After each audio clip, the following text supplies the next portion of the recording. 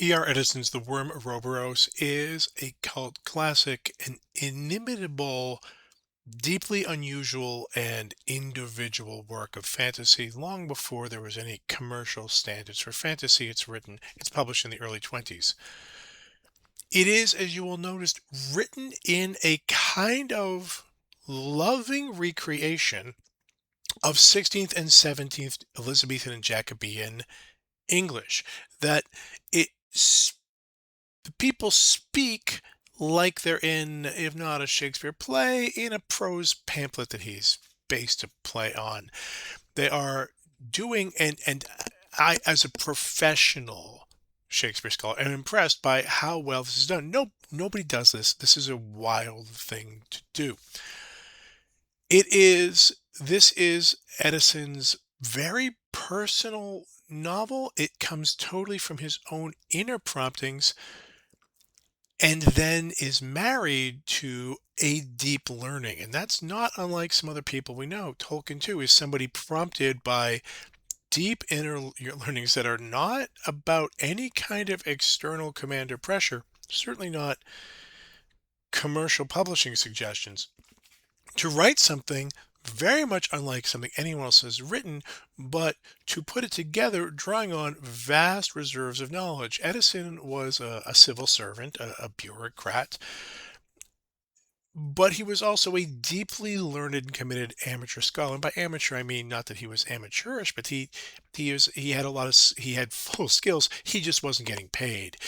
This is a person who read constant amounts of early modern literature, English Renaissance literature, for pleasure. For pleasure. This is someone who routinely translated Norse sagas, medieval narratives from about the I mean, we begin in the induction by quoting Njal's saga, those things. He is doing learned translations of those Norse works, ultimately for pleasure, not for money. You'll also see that every so often in the War and Ouroboros, the characters break into verse. It's kind of the same way they do in Lord of the Rings. In only a few cases, though, has Edison actually written the poetry. They often break into real Old English verses. We start with Thomas the Rhymer. We start with, before even the induction, we start with the Thomas the Rhymer poem, which is very real. We get an Old Scots poem very early, or a early modern Scots poem very early. We get things from Robert Greene, who's one of Shakespeare's contemporaries, including when the martlet shows up in the induction, it says "Time is." That's also a quote or an allusion to Robert Greene's play Friar Bacon and Friar Bungay, which is about a friar who dabbles in dark magic. Um, you also see this is apparently an outgrowth. He invented some of these characters and would do drawings about them as a small child. He had an invented imaginary world which evolves into this. Some things never change. The characters' names have apparently not been changed from childhood. And if you listen to some of the names, they have that kind of childish, onomatopoetic.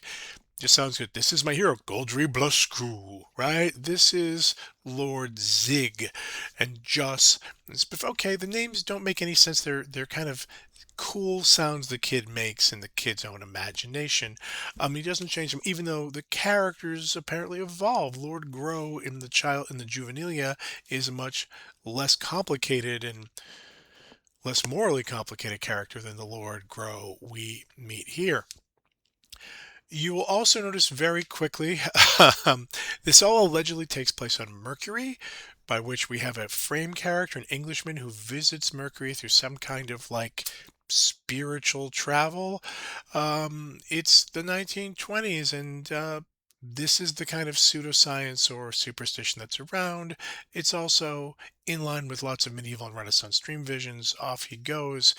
This, in a way, is like Edgar Rice Burroughs' Mars books, the Barsoom books, where his hero just looks up at Mars in the sky and is spiritually whisked there, and a bunch of kind of like retrograde action adventures happen on that planet. Lessingham goes to Mercury, which is a world full of heroic warrior nobles duking it out, fighting it out, you will notice very quickly that unlike some other people, Edison is not super interested in Christian values or certainly Christian doctrine. He calls his main countries demon land and witch land.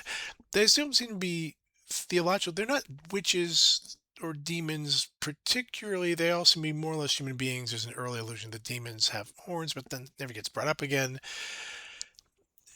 But we're certainly not trying to sell anybody on Christianity. These characters are completely committed to their own warmonger ethos.